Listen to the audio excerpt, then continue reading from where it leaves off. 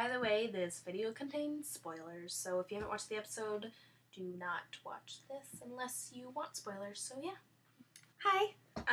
Okay, so I know this video is late, but I've been busy with school and all that whatnot. But this is my review for the second episode of Series 3 of Sherlock, the Sign of Three. I think it's my new favorite episode. It was hilarious, and I'm pretty sure I said that about the Empty Hearse, that was my new favorite episode, but this one even topped that. That's just amazing.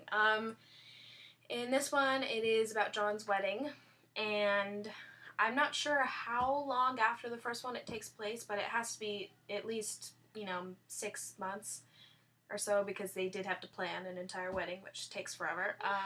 I like the part where Sherlock is talking to that guy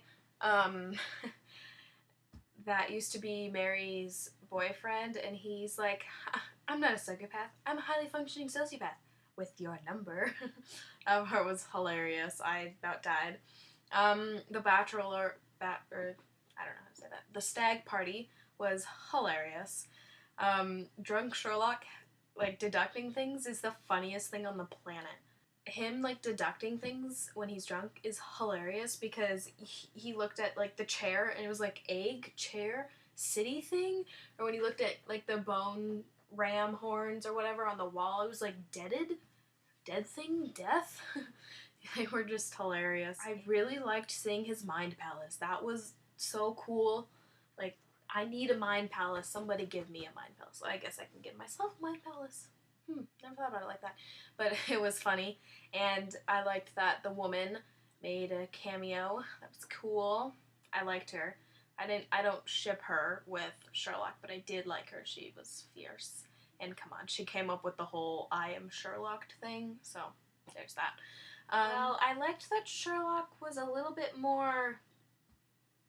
less Sherlocky. He is actually learning how to be more human, and I'm a little bit hesitant to that because I did like Sherlock how he was, but I appreciate that he's learning. I like that he is sort of growing, even though he does still see himself as a child, but I like that he is sort of evolving a little bit. You see him, you still see those old Sherlock moments, though, after he told the story about John being his best friend, because he never thought he would be anyone's best friend, which I cried at that part, by the way, just saying. And you see everyone's crying, and he's like, did I do something wrong? He doesn't understand things like that, but he does still, care for people a little bit more. For one, he accepted to be John's best man, and he showed his little, a little bit more of him when he told the girl that he loved dancing, and he did the pirouette, which is better than mine, by the way, and that is just sad/amazing. And I just like that he is evolving, and I am, like I said, a little bit hesitant because I do like old Sherlock, but I'm also really excited for the new one, the new Sherlock. I did like his whole speech, put all together. It was a really good speech. I liked that Ginny's boyfriend from Harry Potter was the stabbed victim, the first one, the rehearsal, the soldier guy. Well, the last little scene where he did the song for them at the waltz, which, by the way, was so beautiful. I don't think it's Benedict Cumberbatch actually playing the violin. I don't think he can play it, not that I know of. But whoever does compose and play the violin song, you're a genius, sir. Or ma'am, I don't know. And then, but the speech he made after that, the last vow, which, by the way, that just is foreshadowing that the next episode is going to hurt, a lot. But the speech, he's like, and I'll always be there for the 3 of you. I mean 2 of you, I miscounted, sorry. And then he walked over there and he's like, yeah, sorry, another deduction I made that didn't mean to reveal, which is pretty much all of his deductions. And I am excited for the baby if it does come. Because I've seen, prediction, let's talk predictions for a second on this part. Or, regarding the Mary and the baby. My unfortunate prediction is out of the 4 of them, including the baby, one of them's not going to make it, or 2. At least one is not going to make it, is what I am predicting. I love Mary. I don't want her to go, but nice. She died in the books. And I know, obviously, the BBC show hasn't exactly kept to the original Sherlock Holmes books, but I kind of see her dying and I see it killing all of us. I'm sorry. I don't want it to happen, but I think it's going to. If it doesn't, I will happily admit that I was wrong, because I don't want her to die. And if it's not her that dies, I think it might be the baby. Because, I don't know, I can't really imagine a show about Sherlock and John Watson and a baby. People, or something that Tumblr has caught on to, is the telegram that one of the telegrams that Sherlock reads says it's love Cam, C-A-M, and it says, sorry your family couldn't be here, blah blah blah, and it's to Mary, and she looks scared out of her mind when he reads it, and he says love Cam. And in the preview for his last vow, it's talking about or his name, the evil guy's name from the first one at the end. Well, we're assuming he's evil. The guy who's playing the fire video on repeat, his initials are C-A-M, Cam. So we are assuming that Mary has some relation to him. Whether that be her brother, or an old boyfriend, a father, or whatever. I really don't know. Or maybe he just is obsessed with her or something, I don't know.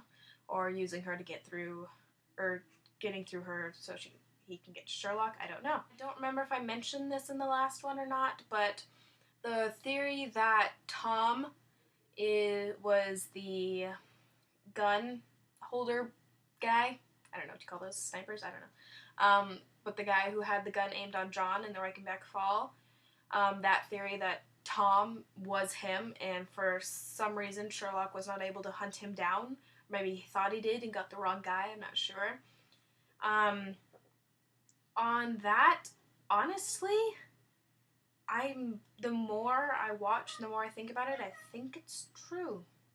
Or at least that Tom is not who he says he is. Because he's just, maybe it's just because I don't like him because he's with Molly and I don't like that. But I don't know. He just seems weird. And you can tell he doesn't like Sherlock very much. And I don't know. And remember when, well, in this episode, Molly was talking about, or I think it was at the end of Empty Hearse, Molly was saying she has moved on. Well, yeah, right. Okay, Molly, you can say that, but you're wrong. Sorry. Do you remember when she said that she had the speech about, when you think you're not looking, or when you think he's not looking, when John is not looking, you're sad. And she's like, well, I can see you. Or I think it was Sherlock. He said, you can see me. And she said, I don't count. Yeah, that whole scene. On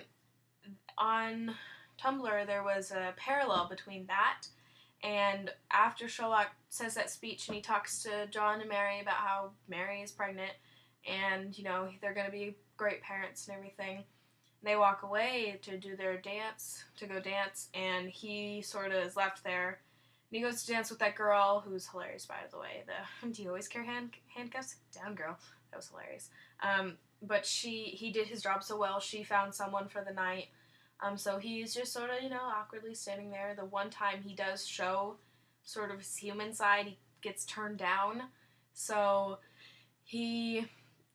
and you can see that he's sad. The camera, the cameraman, what you are seeing from the audience, you can see that he is sad. John doesn't see it, but we do, and so does Molly, because as he leaves, there is a prolonged shot. Is that the right word? I guess just a really long shot on Molly, and she's watching him, and Tom is God knows where. I think he's a few feet away. No one cares about him. And she's watching him because she can see that he's sad. She can see that, he's upset. She's the one that sees it. No one else in all that room notices that he is awkwardly standing there.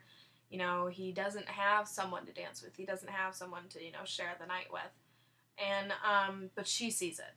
And I just love that little detail that, you know, not everyone would even pick up on, that she sees him.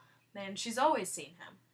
And yeah. And it sort of reminds me of like the Doctor Who quote in what's that one called? The Name of the Doctor, you know, where the Doctor says to River, I always see you and I can always hear you. I feel like that is sort of the relationship that Molly and Sherlock have.